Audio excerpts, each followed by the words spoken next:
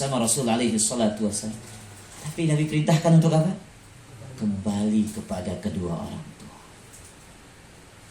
Jadikan kembali mereka tertawa sebagaimana engkau telah menjadikan mereka meneteskan air mata. Makanya kota iman, sebagai antum kalau masih punya orang tua di rumah, antum ini pergi nuntut ilmu itu tidak ada masalah. Pakai betul berbakti kan? Mi, abi, ya, yang mau berangkat kajian, doakan agar dapat ilmu yang bermanfaat, doakan agar dimudahkan. Ya kota iman, mungkin itu sepele di mata kita, tapi itu besar di sisi Allah Subhanahu wa Ta'ala. Itu bagian dari apa? Birrul walidain. Makanya kata Syekh Abdul Razzaq, "Walihada idza arada an yarhala li talibi ilmin mathalan aw li tahsil tijaratin aw nahwi dhalik fala yarhal wa yatruk abawayhi yabkiyan alayhi bal la yakuna dhalika illa ba'da at-tashawur ma'ahuma wa mura'ati halihima wa talab al-musamahati minhuma wal idhn." Oleh karena itu, apabila seseorang ingin pergi menuntut ilmu atau ingin pergi berdagang, berniaga, itu yang semisal dengannya, ya, maka janganlah ia melakukan itu kecuali bagaimana? Setelah dia bermusyawarah.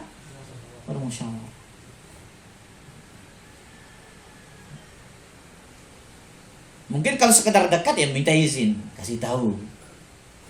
Tapi kalau bepergian jauh, butuh apa? Bermusyawarah dengan mereka. Minta maaf, minta diridhoi, minta izin dan yang semisal dengannya. Ya ikhwatal iman. Ya. Anak ulang berkali-kali dan kita ulang berkali-kali. Mungkin ini kita anggap sepele. Mungkin kita anggap ini ringan. Tapi wahwa indallahi azim. Tapi dia besar di sisi Allah Subhanahu wa Ta'ala.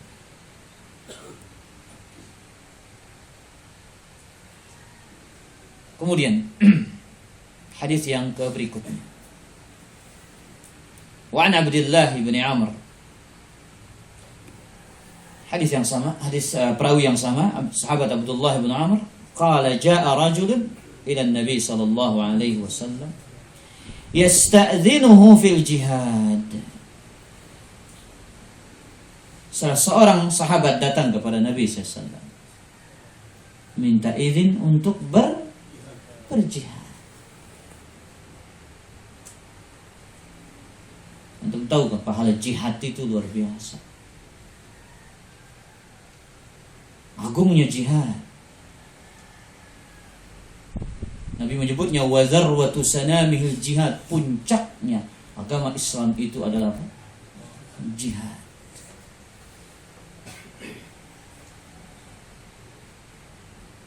Bahkan ikhwatal iman, setiap kita ini dituntut untuk punya keinginan apa?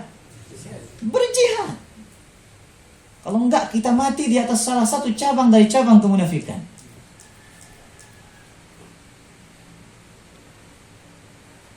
Kata Nabi SAW dalam hadis yang sahih, "Man mata walam yaghzu walam yuhaddits nafsahu bil ghazwi mata ala syu'batin minan nifaq."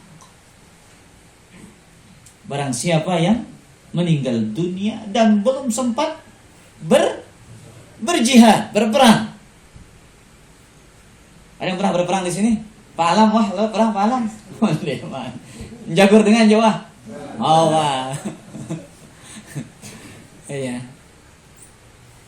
Lihat, barang siapa yang meninggal dunia dan belum pernah berjihad, dan dia tidak pernah memiliki keinginan untuk berjihad,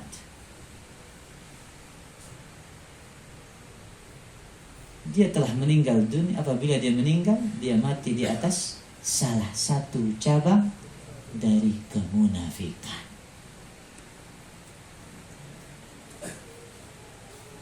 Setiap mukmin itu kata lima antum harus punya ada keinginan. Keinginan apa? Berjihad. Harus ada keinginan antum untuk pergi berjihad.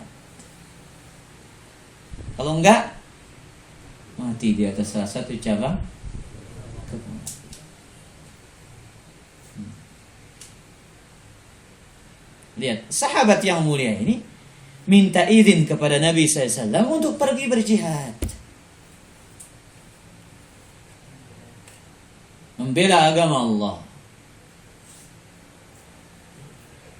Dan ketika terjadi perang Yarmuk, sampai ke telinga Abu Bakar Siddiq radhiyallahu taala anhu bahwasanya pasukan Romawi akan menyerbu dan menyerang kota Madinah. Abu Bakar mengumumkan jihad di seantero jazirah Arab, di Hijaz, di Najd, di Yaman. Terkumpullah pasukan yang belum pernah terkumpul sebelumnya, pasukan yang sangat besar. Zaman itu luar biasa gelora jihad itu,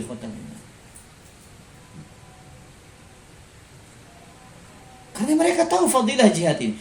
Nah, ini dikejar lelaki ini, dia meminta izin ya kepada Nabi SAW untuk berjihad sallallahu alaihi wasallam. Faqala ahayyun walidak. Nabi SAW bertanya kepada lelaki ini, apakah kedua orang tuamu masih hidup? Ibumu masih hidup? Bapakmu masih hidup? Qala na'am. Iya, keduanya masih hidup. Apa jawaban Nabi SAW? Fafihima fajahid. Pada keduanya lah engkau berjihad. Berjihad dalam berbakti kepada mereka. Lihat ikhwatal iman azani Allah wa iyyakum. Maka di sini jihad yang fardu kifayah itu, apabila orang tua melarang, maka tidak boleh anak itu apa? Al-Imam San'ani punya pembahasan tentang masalah ini. Saya akan bacakan antum. Dalam kitabnya Subulus Salam, apa kata beliau? Beliau mengatakan zahiruhu, secara zahir, secara lahiriahnya sama. Apakah jihad itu fardu ain atau fardu kifayah?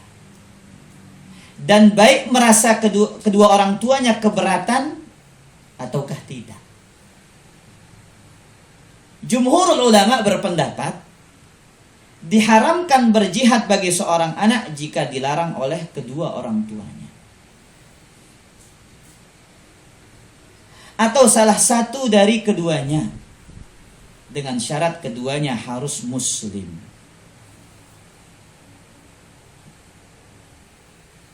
Karena berbakti kepada keduanya lah fardu ain, sementara jihad tersebut adalah fardu. Akan tetapi apabila jihad itu bersifat apa? Fardu ain, seperti jihadud difa, ketika kita diserang, ya, kemudian mau tidak mau kita harus bertempur, berjihad. Maka dalam kondisi ini lebih didahulukan jihad. Kemudian beliau mengatakan, jika ada yang mengatakan berbakti kepada orang tua adalah fardu ain, sementara juga jihad pada saat itu adalah fardu ain, dengan demikian, di manakah letak harus mendahulukan jihad? Apa kata Syekh As-San'ani? Kita katakan, karena jihad itu kemaslahatannya lebih umum. Di mana jihad dimaksudkan untuk menjaga agama sekaligus menjaga kemaslahatan kaum muslimin, sehingga kemaslahatannya lebih bersifat umum. Ini alasannya. Kalau terjadi pertentangan antara apa? Jihad fardu ain dengan berbakti kepada kedua orang tua yang merupakan juga fardu ain. Tapi kalau jihad yang sifatnya fardu kifayah, ya, maka di sini yang lebih didahulukan adalah apa? Berbakti kepada kedua orang tua. Taib. Qala Al-Hafidz Ibnu Hajar. Al-Hafidz Ibnu Hajar menjelaskan hadis ini. Apa kata beliau? In kana laka abawan, apabila engkau memiliki kedua orang tua, fa'abligh juhdaka fi birrihima, maka totalitaslah dalam berbakti kepada keduanya. Atau bahasa yang lain, keluarkanlah segenap kemampuanmu untuk apa? Berbakti kepada kedua. Wal ihsani ilaihima, maksimalkanlah dalam berbuat baik kepada keduanya. Fa inna dzalika yaqumu laka maqama qitalil adu, karena demikian itu yang menggantikan posisi jihadmu di jalan Allah Subhanahu wa ta'ala, memerangi musuh-musuhnya. Subhanallah. Di saat itu kita dapat posisi apa? Berjihad.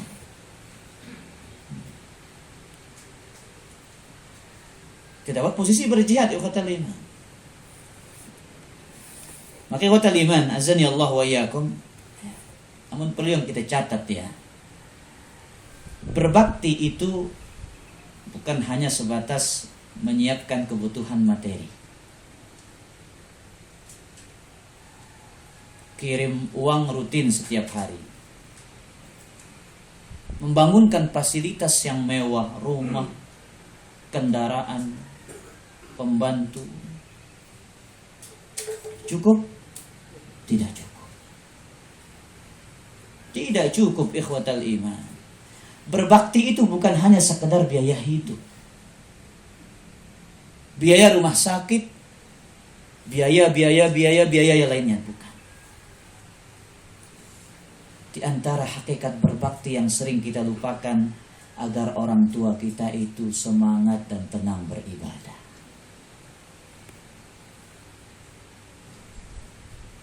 Kalau belum tersentuh hidayah, doakan agar mendapatkan hidayah.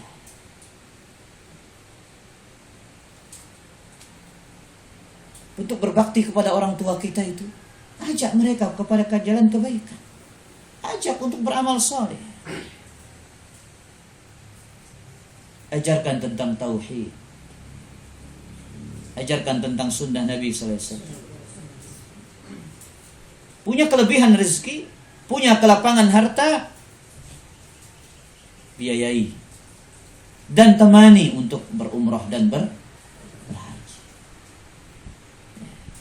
Jangan kita hanya memikirkan dunia orang tua kita saja, tapi ternyata kita melupakan apa? Akhirat mereka.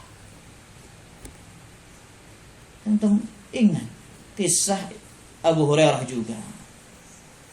Bagaimana kegigihan Abu Hurairah mendakwahi ibunya untuk masuk ke dalam apa? Agama Islam. Kalau urusan dunia Abu Hurairah ini nggak perlu ditanya tentang berbaktinya. Antum lihat tuh bagaimana antum lihat dengar ceritanya tadi. Dia rela menyisihkan apa jatah satu biji kurmanya demi siapa? Demi ibundanya.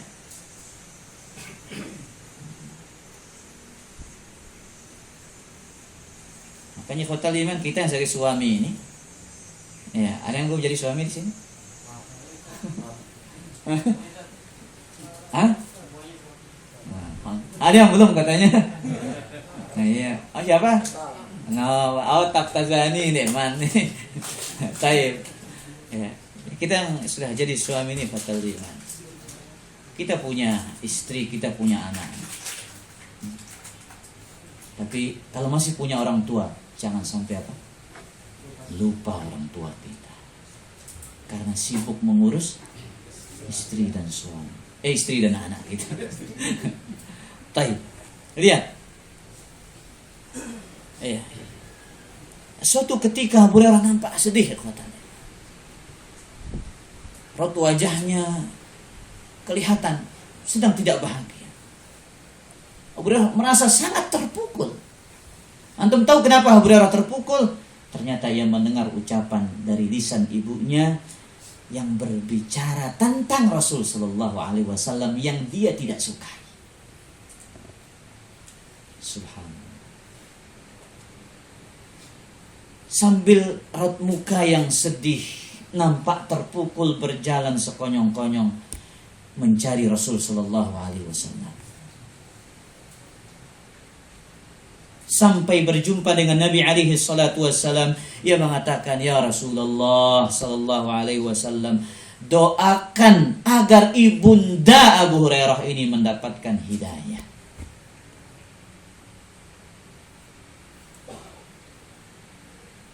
Di saat mendengar apa yang disampaikan oleh Abu Hurairah, apa kata Nabi SAW? Allahumma hdi umma Abi Hurairah. Ya Allah, berikan hidayah kepada ibundanya Abu Hurairah. Mendengar doa yang indah ini keluar dari lisan manusia yang paling mulia, Nabi sallallahu alaihi wasallam, wajah yang semula terpukul, begitu sedih, begitu kecewa, berubah kembali merah merona dengan rasa bahagia dan ceria. Saat itu ia kembali berjalan dengan penuh rasa yakin dan optimis. Ya, memang mungkin doa kita bukan seperti doa Nabi, bukan doa seperti sahabat. Tapi kita yakin Allah tidak pernah menyanyiakan doanya orang-orang yang beriman. Allah tidak pernah menyanyiakan harapan orang-orang yang senantiasa berharap kepada Rabb-Nya. Apalagi dia hamba yang bertauhid, hamba yang tulus, jujur dalam panjatan-panjatan dan munajat-munajat yang persembahkan kepada Rabb-Nya. Ya, mungkin doa kita tidak sekuat doa yang dipanjatkan oleh orang-orang soleh di zaman dahulu. Tapi sebagai bentuk kesungguhan kita terhadap hidayah, kebaikan dari kedua orang tua kita. Iman, jangan pernah berhenti. Kalau antum tidak bisa berdoa dengan Rabbirhamhuma kama rabbayan shaghira, doa itu terus diulang. Ya Allah, berikan orang tuaku hidayah. Ya Allah, wafatkan kedua orang tuaku di atas tauhid, di atas Islam. Ketika Abu Hurairah sampai di depan pintu rumahnya, karena terdengar suara langkah Abu Hurairah yang datang, ibundanya mengatakan, "Engkau tetap diam di depan pintu, wahai Abu Hurairah." Abu Hurairah diam di depan pintu. Abu Hurairah dengan khusyuk mendengar suara. Apa yang terjadi di dalam rumahnya? Ternyata suara gemercik air. Rupanya ibundanya mandi. Kemudian berpakaian rapi, lalu membuka pintu menyatakan, "Ya Abu Hurairah, wahai Abu Hurairah, asyhadu an la ilaha illallah wa asyhadu anna Muhammadan abduhu wa rasuluh." Di saat itu pula Abu Hurairah kembali dengan derayan air mata bahagia. Bahagia pada puncaknya. Karena yang ia idam-idamkan, yang ia cita-citakan telah terwujud, yaitu ibundanya telah diterangi hatinya dengan cahaya iman dan cahaya Islam. Maka ikhwatal iman, azani Allah wa iyyakum, ya.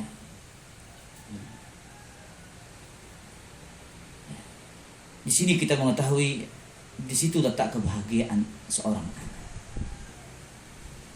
Anak itu bahagia apabila dia bisa berbakti kepada kedua orang tuanya. Ya ikhwatal iman, celaka,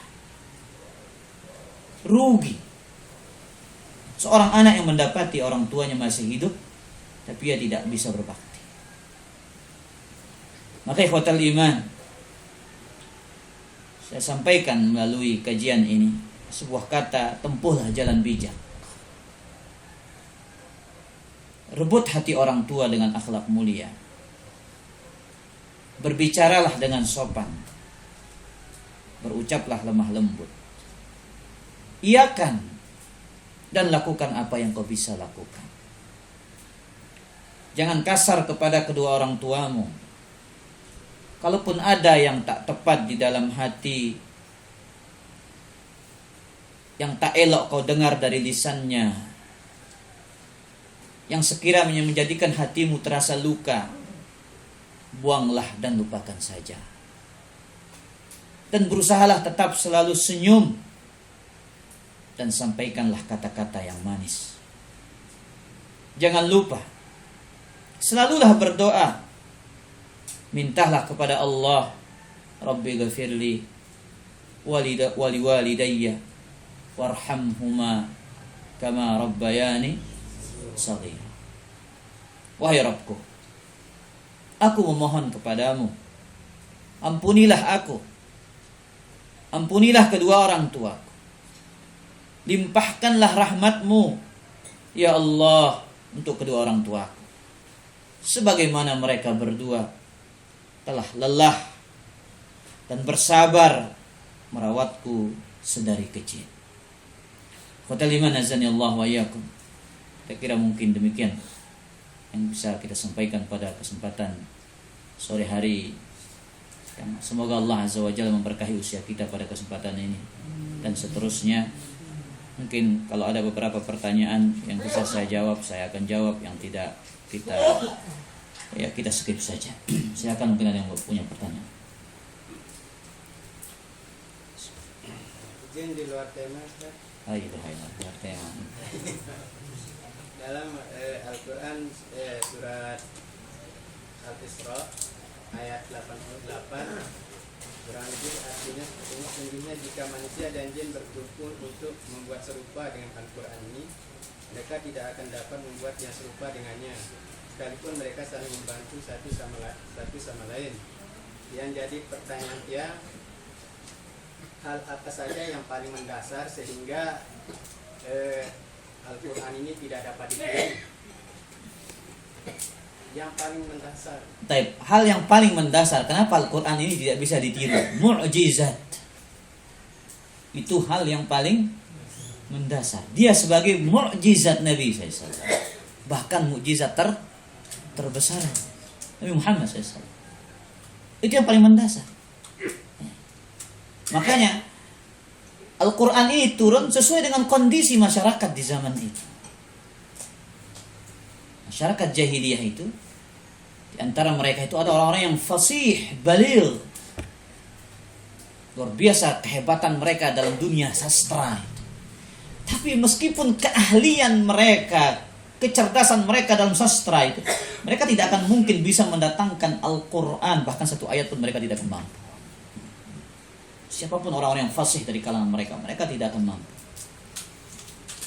Hanya dikatakan, "Qul la in ijtama'atil insu wal jin ala an ya'tu bimithli hadzal Qur'an la ya'tuna bimithlihi walau kana ba'duhum li ba'din zahira." Sebagaimana yang membacakan terjemahannya tadi. Mereka bersatu padu, mereka tidak akan mungkin mendatangkan Al-Quran. Karena dia mu'jizat. Karena dia adalah kalam Allah. Al-Quran ini sempurna, datang dari zat yang maha sempurna. Sefasih apapun manusia ini, dia tidak akan mampu mendatangkan dengan tarakib, susunan gaya bahasa yang didatangkan Al-Quran. Tidak akan mungkin. Itu hal yang paling mendasar. Makanya kalau kita ingin pandai berbahasa Arab itu sering-sering baca Quran. Makanya dalam ilmu balaghah itu namanya iqtibas. Kita meniru gaya bahasanya apa? Al-Quran. Meniru gaya bahasanya sunnah Nabi SAW. Jelas ini? Wallahu ta'ala a'lam. Kak, gua sih. Oh, Pak Alam juga kah? Pak Alam. Hah? Saya ini kan dari kecil sudah ditinggal sama orang tua dan baru 1 bulan. Bagaimana cara kita berbakti sama orang? Subhanallah. Ya ikhwatal iman, azzani Allah wa iyyakum. Ini antum dengar ini dari Pak Alam. Iya. Dia sudah ditinggal mati semenjak apa? Semenjak umur berapa? Baru 1 bulan. Ia belum mengenal sejatinya siapa orang tuanya dengan baik. Kita sampai dewasa berjumpa dengan orang tua kita, ikhwatal iman. Ini sebuah karunia yang luar biasa. Antum bisa memandang wajah mereka. Antum bisa melihat senyuman mereka. Wallahi senyuman orang tua itu lebih mahal daripada dunia dan sisi. Kalau kita tahu itu,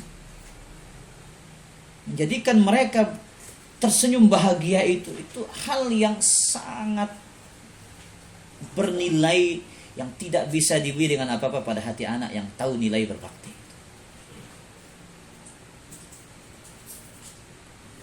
Maka ketika ikhwatal iman, yang bisa kita lakukan ketika kita tidak pernah berjumpa dengan orang tua kita adalah apa?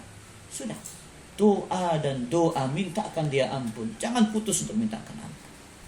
Kita ingat hadis ketika salah satu penghuni surga yang kaget dengan kedudukannya yang tinggi di dalam surga itu.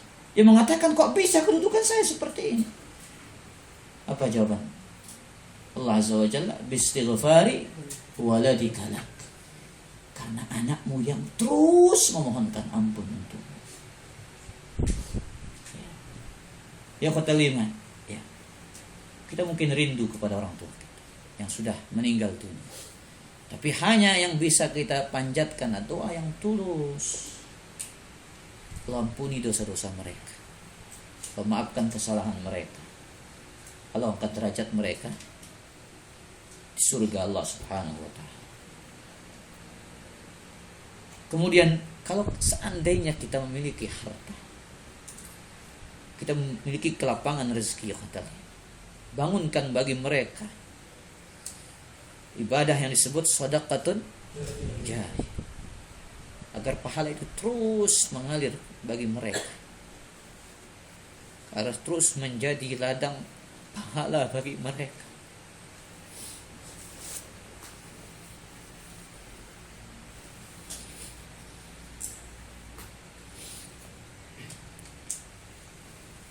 Ikhwatal iman, hanya itu mungkin yang bisa kita lakukan sebagai anak saat kita tidak pernah berjumpa dengan mereka. Maka yang masih memiliki kedua orang tua atau salah satu di antara mereka, jangan sia-siakan kesempatan itu, ikhwatal iman.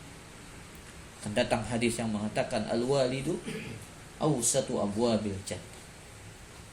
Seorang bapak, orang tua itu adalah pintu surga terbaik. Kalau kau ingin masuk melalui pintu surga terbaik, berbaktilah kepada kedua orang tua. Allah Ta'ala ala. Silakan, kenapa Bu Haji?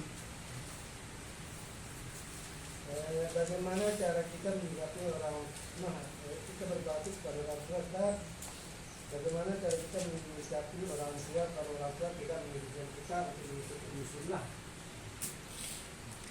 Tapi ketika orang tua kita tidak mengizinkan kita untuk pelajari sunnah, ikhwatal iman azani Allah wa iyyakum, dakwah terbaik kepada orang tua itu bukan hanya sebatas kita menyampaikan hujjah dan dalil kepada mereka, tapi dakwah terbaik itu adalah dakwah dengan akhlak yang mulia. Itu cara terbaik. Semakin kita mengaji sunnah, tunjukkan kita sebagai anak yang semakin patuh, semakin yang berbakti, semakin mencintai, semakin sopan kepada kedua orang tua. Demi Allah, ketika dia melihat perubahan itu pada diri kita, disitulah orang tua kita akan yakin bahwasanya apa yang dipelajari oleh sang anak itu adalah suatu kebenaran. Tapi ternyata ketika kita rajin mengaji, rajin menuntut ilmu, namun ternyata sikap kita semakin kasar. Kita semakin frontal kepada kedua orang tua kita. Di situ orang tua kita yakin bahwasanya apa yang kita pelajari itu salah. Maka satu-satunya bukti yang paling nyata untuk mendakwahkan kepada orang tua kita ini adalah kata lima, dakwah bil hal. Tunjukkan sikap akhlak yang mulia kepada mereka. Semakin kita menuntut ilmu, kita semakin berbakti kepada mereka, semakin sopan gaya bahasa kita kepada mereka. Ya, di samping doa yang terus terpanjatkan, doa yang tidak disertai dengan rasa putus asa. Itu yang kita butuhkan ikhwatal iman. Doa yang tanpa disertai rasa putus asa. Karena banyak orang berdoa namun doanya diiringi dengan rasa putus asa. Tapi doa yang kita butuhkan adalah doa tanpa rasa putus asa. Setahun 2 tahun orang tua kita belum tersentuh hidayah. Siapa tahu di akhir hayatnya. Ya. Bahkan ada ikhwan kita, saya ceritakan antum ikhwatal iman. Dia tinggal di lingkungan yang mungkin dakwah sunnah. Bisa dikatakan mungkin 1-2 orang yang besar. Tapi subhanallah, ikhwan kita ini rajin mendoakan orang tua. Ini ada hubungan keluarga dengan saya. Dia anak ini dulu kuliah di Mataram. Kan dia dakwahi orang tuanya sebagai orang berpendidikan, didakwahin dengan buku. Dan ketika tidur hampir mau dicukur jenggotnya. Berbagai macam cara dia menghalangi anaknya dari dakwah sunnah. Ketika anaknya ingin pergi tarawih ke masjid, ya dia suruh anaknya antar ke masjid agar dia tidak bisa tarawih secara sunnah. Anak ini tidak pernah putus asa. Yang dia saya panjatkan adalah doa dan doa. Yang mendapatkan hidayah itu ibundanya.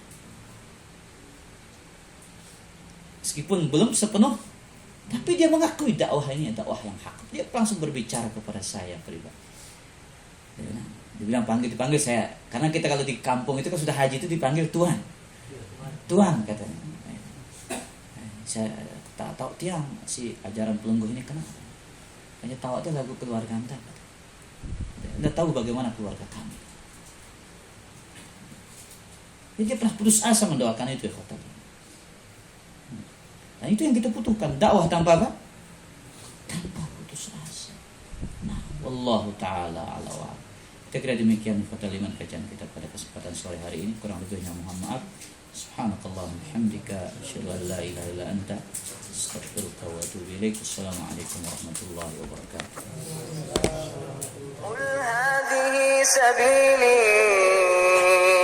ad'u ila Allah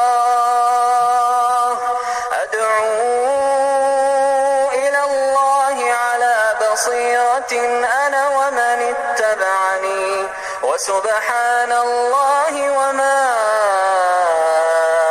أنا من المشركين.